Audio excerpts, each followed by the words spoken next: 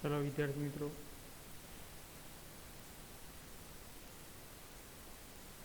Eleven સાયન્સમાં આપણે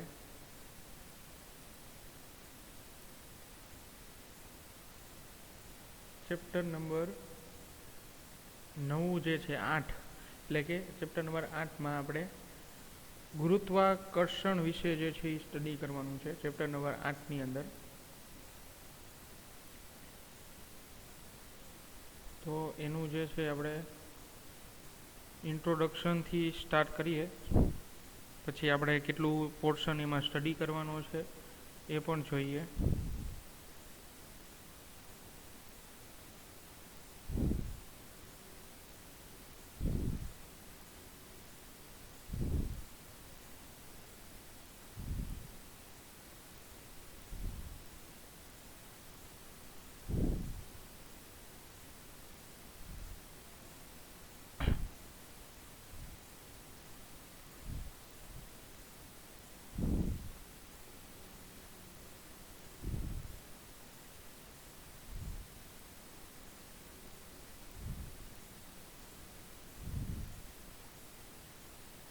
ચલો, તો જે ગુરુત્વાકર્ષણ ચેપ્ટર છે એ હવે અહીંયા જુદી કંઈક કન્સેપ્ટ સાથે આવે છે. અત્યાર સુધી બધા ચેપ્ટર લિંકઅપ હતા, જોકે આ પણ ક્લાસિકલનો જ એક ભાગ છે, પણ થોડું તમને નવું જાણવા મળશે. ચેપ્ટર નંબર 8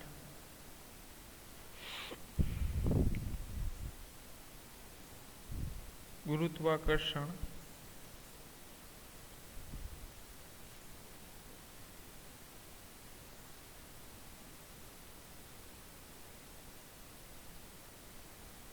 ચેપ્ટર નંબર 8 ગુરુત્વાકર્ષણ.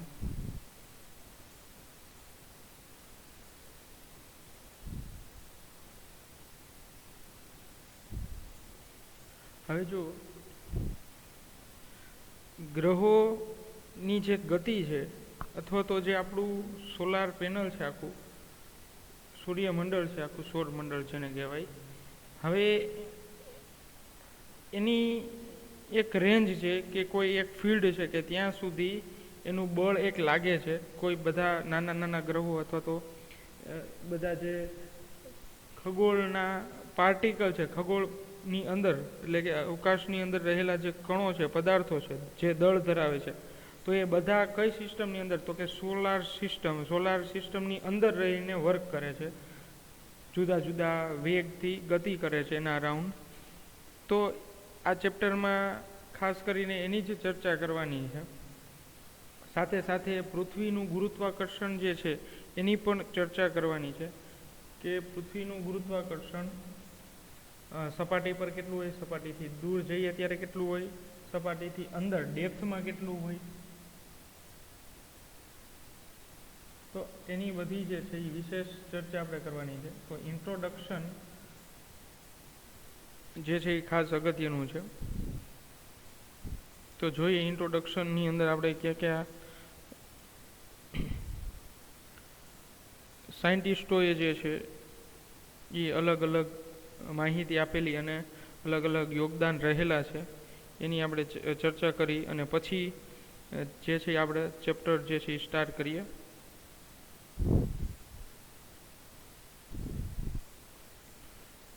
અને કેપ્લર્સના લોથી જે છે સ્ટાર્ટ કરીએ ચેપ્ટર આપણે.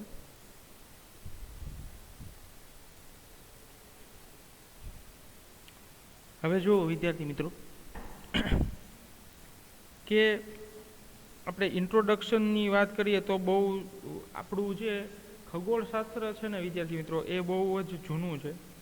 કે આપણે પૃથ્વીથી રાત્રે જે છે એ રાત્રે આપણે આરામથી સૂતા હોય અગાસી પર ઉનાળાની સિઝનમાં, તો આપણે આકાશમાં અવલોકન કરતા હોય છે કે ઘણા બધા સ્ટાર છે એ આપણને એકદમ બ્રાઇટ દેખાતા હોય છે, ઘણા બધા સ્ટાર છે એ આપણને એકદમ નાના એવા દેખાતા હોય છે, ઘણા સ્ટાર છે એ આપણને મોટા દેખાતા હોય છે. તો બધા સ્ટાર જે છે એની સાઇઝ, શેપ બધું અલગ અલગ આપણને, અમુકના કલર જે છે એ પણ અલગ અલગ દેખાતા હોય છે. કે અમુકના કલર, જોકે તમારું 11 સ્ટાર્ટ કર્યું ત્યારે જ મેં તમને પૂછેલું હતું કે કલર દ્વારા પણ વર્ગીકરણ થઈ શકે છે વિદ્યાર્થી મિત્રો. તો જેમ જેમ કલર જે છે એ ચેન્જ થશે એમ ટેમ્પરેચર પણ ચેન્જ થશે. તો સૌથી ઊંચું તાપમાન ધરાવતા હોય એવા જે સ્ટાર છે એનું મેં તમને કીધું છે કે ભાઈ એ બ્લુ કલર ધરાવે છે, અથવા તો બ્લુ કલરથી જે છે એ ઝગમગતા હોય છે.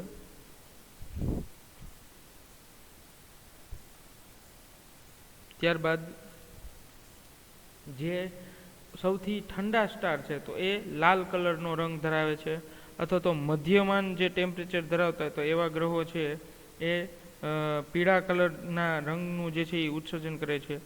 તો આપણે જ્યારે રાત્રે સૂતા હોય વિદ્યાર્થી મિત્રો ઉનાળાની સિઝનની અંદર, તો આપણે અવકાશની અંદર આ બધી વસ્તુ જે છે ઓબ્ઝર્વ કરતા હોય. પછી તમને ખબર હોય તો એક સપ્તર્ષિ છે, 7 તારાનું ઝુમખું હોય છે, તો એ સપ્તર્ષિ પણ આપણે અવલોકન કરતા હોય છે કે 4 સાથે અને 3 જે છે એ હોરિઝોન્ટલ લાઇનમાં એવી રીતે આપણને અવકાશમાં જોવા મળે છે. ત્યારબાદ ઘણીવાર હમણાં થોડાક દિવસ પહેલાં જ ગુરુ અને સેટર્ન, જુપિટર અને સેટર્ન બંને એક સાથે જોવા મળ્યા હતા અર્થ પરથી. પછી ઘણીવાર જે છે આપણે સૂર્યગ્રહણની ઘટનાઓ જોઈએ છીએ. તો આ બધી ઘટનાઓ જોવાનો એક જ આધાર અથવા તો એક જ કન્સેપ્ટ છે કે ગ્રેવિટેશનલ. તો ગુરુત્વાકર્ષણ પૃથ્વીનું છે એવી જ રીતે બધા ગ્રહો પાસે પોતપોતાનું ગુરુત્વાકર્ષણ છે. જેમ કે પૃથ્વીથી થોડો દૂર આવેલો ચંદ્ર, તો પૃથ્વીથી થોડો દૂર આવેલો ચંદ્ર છે તો ચંદ્રનું દળ ઓછું છે તો એનું ગુરુત્વાકર્ષણ પણ ઓછું હશે. તો પૃથ્વી કરતાં ચંદ્રનું ગુરુત્વાકર્ષણ છે એ 6થા ભાગનું છે, એટલે ત્યાં ગુરુત્વાકર્ષણ બળની અસર ખૂબ જ ઓછી છે. તો એવી જ રીતે તમે જુપિટર પર જાઓ તો ગુરુત્વાકર્ષણ જુપિટરનું સૌથી વધારે છે, અને એના કરતાં શનિ જે છે શનિનું પણ ગુરુત્વાકર્ષણ વધારે છે પૃથ્વી કરતાં. ચાલો, તો આ બધી જે ગ્રહોની ચર્ચા છે, પરિભ્રમણ, આ બધાનો મેઇન બેઝ એક રહેલો છે ગુરુત્વાકર્ષણ. કે આ ગુરુત્વાકર્ષણ એ શું છે પહેલાં તો આપણને ખ્યાલ હોવો જોઈએ. અને વર્ષો પહેલાં જુદા જુદા સાયન્ટિસ્ટના મત પ્રમાણે કે જ્યારે ગુરુત્વાકર્ષણ શબ્દ માર્કેટમાં નથી આવ્યો એ પહેલાં, એટલે કે ન્યૂટન નામના સાયન્ટિસ્ટે આ શબ્દ આપેલો છે ગ્રેવિટેશનલ ફોર્સ. તમે બધાએ સ્ટોરી સાંભળી હશે કે આરામથી જે છે એ એના ઘરની બહાર એક વૃક્ષ હતું સફરજનનું, અને ત્યાં એની નીચે બેઠા બેઠા જે છે એ વિચાર કરતા હતા. એ દરમિયાન ઉપરથી સફરજન છે એ નીચે પડે છે, અને એને તરત આઈડિયા આવે છે કે આ સફરજન કેમ નીચે પડ્યું, અને એના પરથી જે છે પછી તમને ખબર છે, જાણો છો કે આખી થિયરી સ્ટાર્ટ થઈ ગઈ. ને પછી આ 3, 4, 5, 6, 7 બધામાં જે છે એના લો પણ આવે છે. તો કહેવાનો મિનિંગ એ છે કે ભાઈ જે ન્યૂટને ગુરુત્વાકર્ષણ શબ્દ આપ્યો એ પહેલાં બધા સાયન્ટિસ્ટો અથવા તો ઇન્ડિયામાં રહેલા જે ઋષિમુનિઓ હતા વર્ષો પહેલાં, એને પણ આ ગુરુત્વાકર્ષણ વિશે જુદા જુદા ગ્રંથોમાં ઉલ્લેખ કરેલા છે કે કોઈ પણ પદાર્થ જે છે એ જો એને સ્થિર રહેવું હોય તો એને કંઈક ગતિ હોવી જોઈએ તો જ એ ઉપર હવામાં સ્થિર રહી શકે.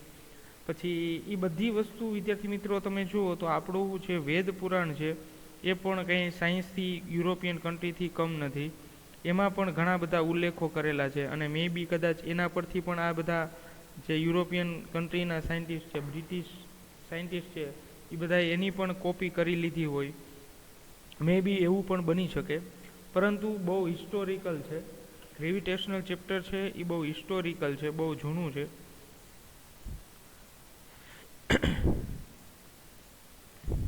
એટલે એની આપણે વાત કરીએ કે ભાઈ સૌ પ્રથમ જે છે એ ગુરુત્વાકર્ષણ શબ્દ પહેલાં એનો શું ઉલ્લેખ હતો અને એની શું સંકલ્પના હતી.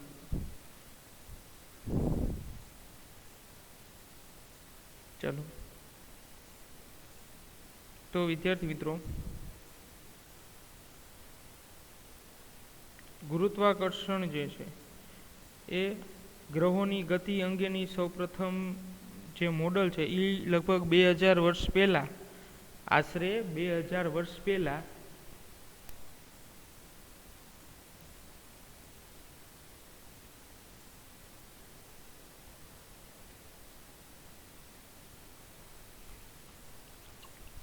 ટોલેમીએ રજૂ કરેલું હતું. ટોલેમી નામના સાયન્ટિસ્ટ, ટોલેમી.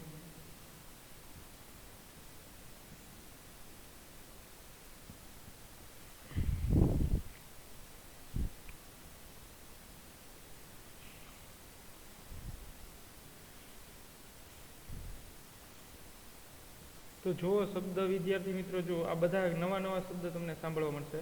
ગુરુત્વાકર્ષણ શબ્દ પહેલા શું શબ્દ હતો? પૃથ્વી કેન્દ્રીય એવું મોડલ એક રજૂ કરેલું આશરે 2000 વર્ષ પહેલા.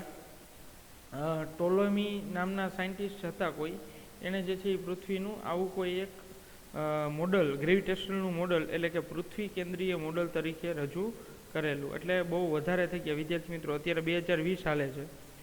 તો અને આ સિલેબસ જે છે ટેક્સ્ટ બુક એ પણ 2002 કે 3 પહેલાંની છે, 2 કે 3 આજુબાજુની. તો ઓલમોસ્ટ જો તો 2000 વર્ષ પૂરા જ થઈ ગયા કહેવાય, બરાબર છે. તો 2000 વર્ષો પહેલાં એટલે ઈસવીસન પહેલાંની વાત કરીએ, એના નજીકના વિસ્તારના સમયગાળામાં આ જે ટોલેમી નામના સાયન્ટિસ્ટ છે એની જે થિયરી છે એ એના મત પ્રમાણે આવી કંઈક હતી કે પૃથ્વીનું કેન્દ્રીય એવું કંઈક રજૂ કરેલું છે એને નામ. ગુરુત્વાકર્ષણ નામનો ઉલ્લેખ નથી કરેલો. હવે એ મોડલમાં શું કહે છે, એ મોડલ શું રજૂ કરે છે કે આ મોડલમાં જેમાં તારાઓ, આ મોડલની અંદર એટલે કે જેમાં તારાઓ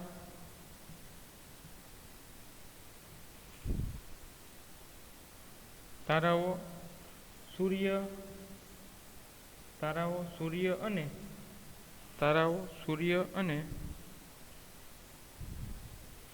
અને ગ્રહો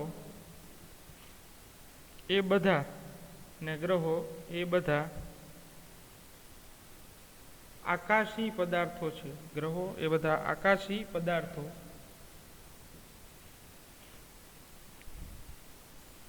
પૃથ્વીની આસપાસ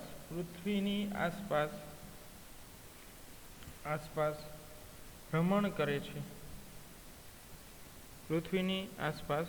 કરે છે. ચાલો જુઓ વિદ્યાર્થી મિત્રો, ત્યારે જે છે આ ટાઈપનો થોડો આઈડિયા હતો કે જે ટોલેમી હતા એના મત પ્રમાણે એવું હતું, એમને એવું લાગતું હતું કે જે ગ્રહો, તારાઓ અને સૂર્ય આ બધા આકાશી પદાર્થો, એમાં સૂર્ય પણ આવી જાય. જો કેટલું જે છે એ ખોટી થિયરી આખી રજૂ હતી કે પદાર્થો પૃથ્વીની આસપાસ ભ્રમણ કરે છે. તો એવું સાયન્ટિસ્ટ માનતા કે આ પૃથ્વી છે એ સેન્ટરમાં છે અને સૂર્ય અથવા તો નાના નાના ગ્રહો એ બધા એની ફરતે કક્ષામાં પરિભ્રમણ કરે છે. તો સૂર્ય જે છે એ પૃથ્વીની આસપાસ પરિભ્રમણ કરે છે. તો આ એકદમ ખોટું મોડલ છે. આપણે અત્યારે સાવ આરામથી જાણી શકીએ કે ભાઈ આ એકદમ ખોટી થિયરી છે. ખરેખર સેન્ટરની અંદર સૂર્ય હોય અને પૃથ્વી છે એ બહારની કક્ષામાં પરિભ્રમણ કરે છે. પરંતુ 2000 વર્ષો પહેલાં આવો આઈડિયા આપવો એ પણ બહુ અઘરી વાત છે વિદ્યાર્થી મિત્રો. આપણે હળવાશમાં લઈએ અથવા તો મજાકમાં લઈએ કે ભાઈ આવું કંઈ થોડું હોય કે ભાઈ આ સાયન્ટિસ્ટે એવું કીધું કે પૃથ્વી છે એ કેન્દ્રમાં છે અને સૂર્ય એની ફરતે પરિભ્રમણ કરે છે. તો હવે વિદ્યાર્થી મિત્રો, આ સમયગાળો જે છે એ બહુ તમે જુઓ, ડિફરન્સ જુઓ. 2000 વર્ષ પહેલાં કે કોઈને આઈડિયા પણ ન હોય અથવા તો એવા કોઈ સાધનો પણ નહોતા. ટેલિસ્કોપ છે, એવા કોઈ ટેલિસ્કોપ હોય તો તમે જોઈ શકો, બરાબર છે, અથવા તો એના દ્વારા પણ તમને કંઈક માહિતી મળે. પણ એ સમયની અંદર ટેલિસ્કોપ પણ શક્ય નહોતા અને એ દરમિયાન આવી કોઈ એક થિયરી રજૂ કરવી એ પણ મહત્ત્વની બાબત કહેવાય.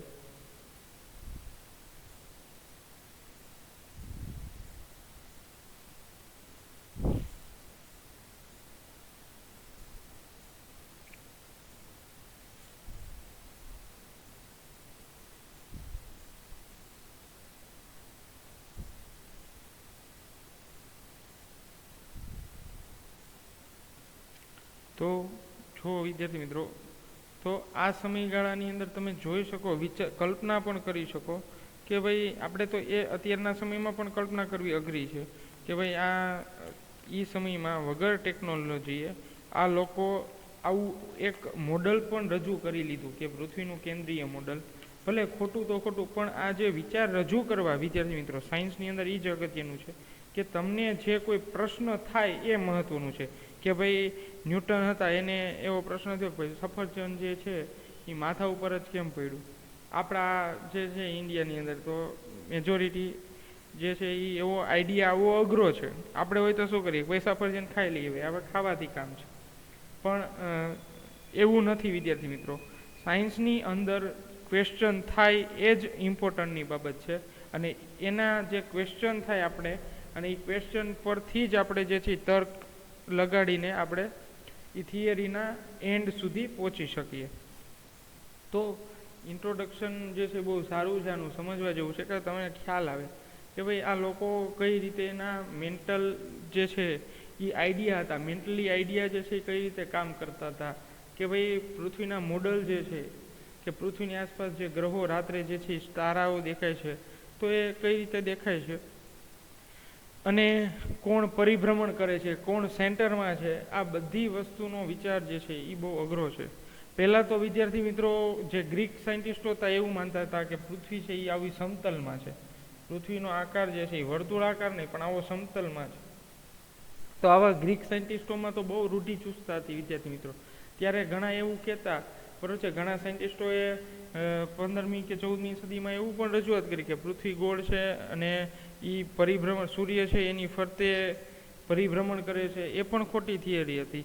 ઘણા સાયન્ટિસ્ટો ગ્રીક પ્રદેશના જે છે, સાયન્ટિસ્ટો તો નહીં પણ રૂઢિવાદ જે છે, રૂઢિચુસ્તતા ધરાવતા લોકો જે છે, કે ત્યાંના ધર્મના લોકો એવું માનતા હતા, એને ખોટી મેન્ટાલિટી હતી કે સૂર્ય જે છે એ કેન્દ્રમાં છે અને પૃથ્વી પરિભ્રમણ કરે છે. પૃથ્વી કેન્દ્રમાં છે અને સૂર્ય એના ફરતે પરિભ્રમણ કરે છે. તો આવી પણ મેન્ટાલિટી ધરાવતા ઘણા યુરોપિયન કન્ટ્રી, જે તમને અત્યારે સાયન્ટિસ્ટ માનો છો, તો એ લોકોને આવી પણ ખબર નહોતી.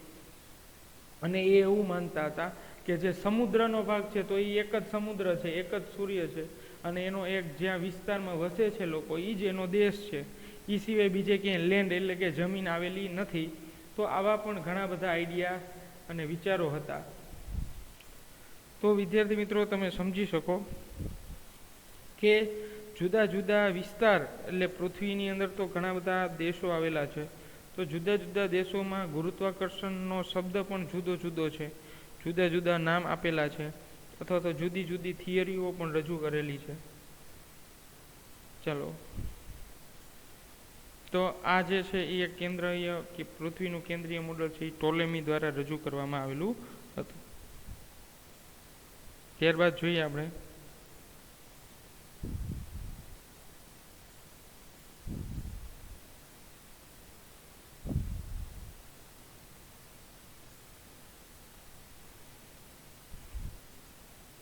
હવે ભારતની અંદર ઋષિ વૈજ્ઞાનિક, એટલે કે ભારતના ઋષિ વૈજ્ઞાનિક, એટલે ઋષિ મુનિઓ, જે હમણાં હું વાત કરું છું, ઋષિ વૈજ્ઞાનિક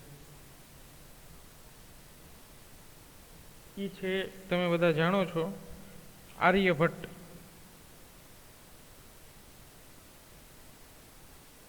આર્યભટ્ટે એમના પુસ્તકની અંદર, એમને એક પુસ્તક લખેલું હતું આર્યભટ્ટે. એમના પુસ્તકની અંદર સૂર્ય કેન્દ્રી મોડલ એવું નામ આપેલું હતું આર્યભટ્ટે. તેના પુસ્તકની અંદર, તેના પુસ્તકમાં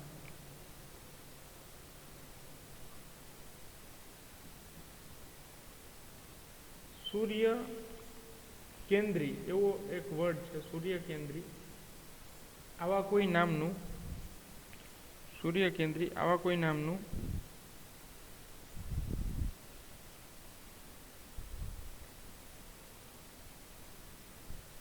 મોડલ રજૂ કરેલું.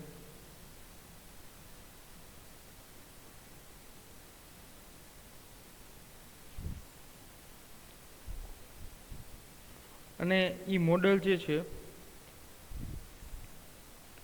એ સૂર્ય કેન્દ્રી, એનું નામ જે છે ઇંગ્લિશમાં એને હેલિયો સેન્ટ્રિક આવું નામ આપેલું છે. હેલિયો સેન્ટ્રિક આવું નામ છે. તો આવા નામનું એક મોડલ સૂર્ય કેન્દ્રી જે છે એ રજૂ કરેલું, જેમાં સૂર્ય કેન્દ્રમાં છે, જેમાં સૂર્ય કેન્દ્રમાં છે, તથા આ સાઉથની અંદર આનો બર્થ થયો હતો. આર્યભટ્ટ સૂર્ય કેન્દ્રમાં છે અને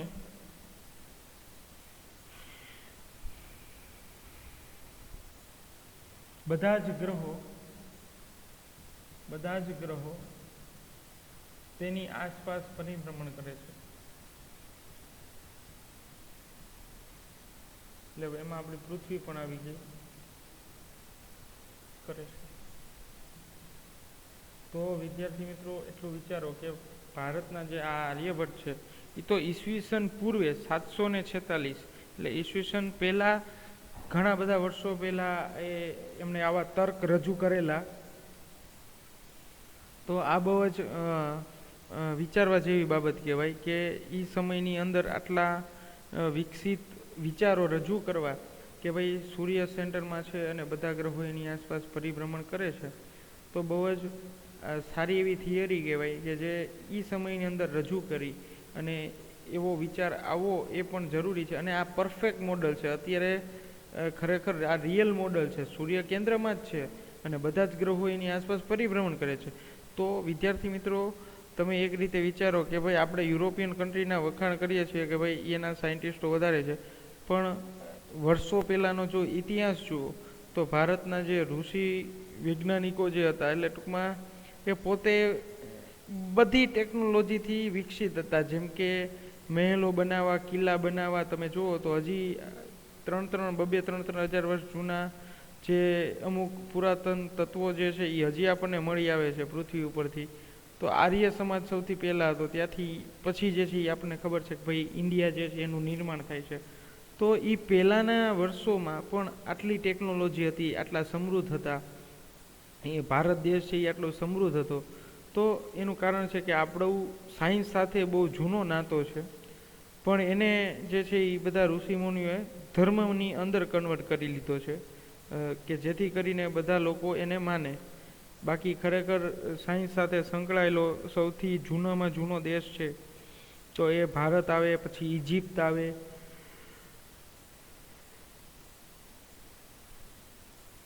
જે મિડલ ઈસ્ટ કન્ટ્રીની અંદર આવેલું છે ઇજિપ્ત, તમે લોકો જાણતા છો કે એના પિરામિડ જે છે એ સૌથી વધારે જાણીતા છે. તો એના પણ સારા એવા બ્લોગ છે, તમે વાંચો તો ઘણીવાર તમને મજા આવે કે ભાઈ ગ્રેવિટેશનલની જે થિયરીઓ જે છે, સ્પેસને રિલેટેડ કોઈ પણ વસ્તુ છે એ ભારત અને ઇજિપ્ત દ્વારા જ રજૂ કરવામાં આવેલી હતી. અને એવું પણ માનવામાં આવે છે કે જે ઇજિપ્તના જે પિરામિડ છે એની ટોચનો જે બધા ટોચનો એંગલ તમે કરો તો એ પ્રકાશની ઝડપ જેટલો જ મળે છે, એટલે 3 × 10⁸ મીટર પર સેકન્ડ. તો એટલો જે છે એ ડિગ્રી મળે છે. તો એ પણ આપણા માટે જે છે એ નવું અને વિચારવા જેવી વસ્તુ થઈ. તો આવા તો ઘણા લોજિક અને ફેક્ટ, રિયલ ફેક્ટ છે કે આપણને ખરેખર એવું થાય કે ના, અત્યારે કોઈ ટેકનોલોજી જ નથી. વર્ષો પહેલાં એટલી ટેકનોલોજી અને એટલા સમૃદ્ધ જે છે એ દેશ હતો આપણો ઇન્ડિયા જે છે એ ટેકનોલોજીમાં પણ અને સાયન્સની દ્રષ્ટિએ પણ. ચલો, તો આ રીતે જે છે એ આર્યભટ્ટ એક રિયલ મોડલ રજૂ કરે છે. હવે આર્યભટ્ટની રજૂઆતના 1000 વર્ષ બાદ, એટલે આર્યભટ્ટ જે છે ઈસવીસન પૂર્વે થઈ ગયા અને ત્યારબાદ જે છે એ 1000 વર્ષ પછી, એટલે આ જે સૂર્યનું કેન્દ્ર, સૂર્ય કેન્દ્રમાં હોય એવું મોડલ આપવાના 1000 વર્ષ પછી, એટલે તમે વિચાર કરો 100-200 વર્ષની વાત નથી વિદ્યાર્થી મિત્રો. 1000 વર્ષ બાદ કે જે આ મોડલ રજૂ થયું એના 1 વર્ષ બાદ, 1000 વર્ષ બાદ, 1000 વર્ષ પછી કોપરનિકસ નામના સાયન્ટિસ્ટ નિકોલસ કોપરનિકસ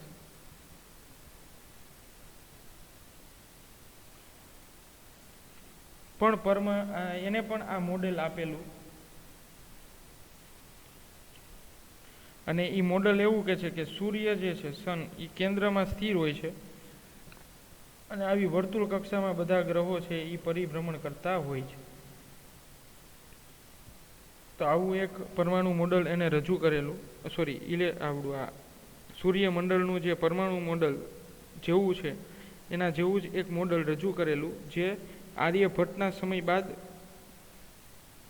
1000 આર્યભટ્ટે જે રજૂઆત કરી એના 1000 વર્ષ બાદ રજૂ કરેલું છે. અને આનું સમર્થન તેના સિદ્ધાંતો, હવે આને જે છે કોપરનિકસના જે સિદ્ધાંતો હતા એને ત્યાંના જે લોકલ પબ્લિક હતી ત્યાંની જે પ્રજા હતી એને આ ખોટું માનતી, એવું માનતા ત્યાંના લોકો કે પૃથ્વી છે એ સેન્ટરમાં છે અને સૂર્ય એના ફરતે પરિભ્રમણ કરે છે. તો આવી ખોટી વિચારધારા ધરાવતા એટલે એનો ખૂબ જ વિરોધ કર્યો આના સિદ્ધાંતનો અને અમાન્ય ગણવામાં આવ્યું. પરંતુ એક જ એવા સાયન્ટિસ્ટ હતા ગેલેલિયો, તો એ ગેલેલિયો છે એ આને સમર્થન આપે છે, પૂરેપૂરું સમર્થન આપે છે જેના આ પરમાણુ મોડલ છે એ ખરેખર સાચા છે અને આ જ રીતે બધા ગ્રહોની ગોઠવણ થયેલી હોય છે. ચાલો, તો આ રીતે વિદ્યાર્થી મિત્રો તમે જુઓ તો ઘણા બધા પછી ત્યારબાદ કેપ્લર જે છે, કેપ્લર એની ચર્ચા હું નથી કરતો કારણ કે એના મોડલ જ આપણે ભણવાના છે. તો આ રીતે તમને ખ્યાલ આવે વિદ્યાર્થી મિત્રો કે હિસ્ટોરિકલ તમે જુઓ તો ઘણો બધો હિસ્ટ્રી તમે જુઓ આની, તમે બધા સાયન્ટિસ્ટોના હું તમને નામ બોલો તો એ બધાના પરમાણુ મોડલની જેવું જ આ સોલર મોડલ જે છે એ રજૂ કરેલું છે. ઇવન સોલાર મોડલ છે એના ઉપરથી પરમાણુ મોડલ બનાવેલું છે. તમારે લગભગ આવતું હશે 11 સાયન્સની અંદર, કેમિસ્ટ્રીની અંદર એટમ્સ ચેપ્ટર, તો એની અંદર આના મોડલ ઉપરથી પરમાણુ મોડલની રચના કરવામાં આવી હોય એવું લાગે છે. તો બહુ જ જૂનો ઇતિહાસ રહેલો છે. એટલે ગુરુત્વાકર્ષણ જે છે એ 2000 વર્ષ જૂનું છે કે એની આપણે જે સ્ટડી કરી છે એ બહુ જ જૂની છે. ચાલો, તો નેક્સ્ટ લેક્ચરની અંદર વિદ્યાર્થી મિત્રો આપણે હવે ઇન્ટ્રોડક્શનને અહીંયા સ્ટોપ બ્રેક મારીને આપણે હવે ચેપ્ટરની અંદર એન્ટર થઈએ કેપ્લરના લોથી.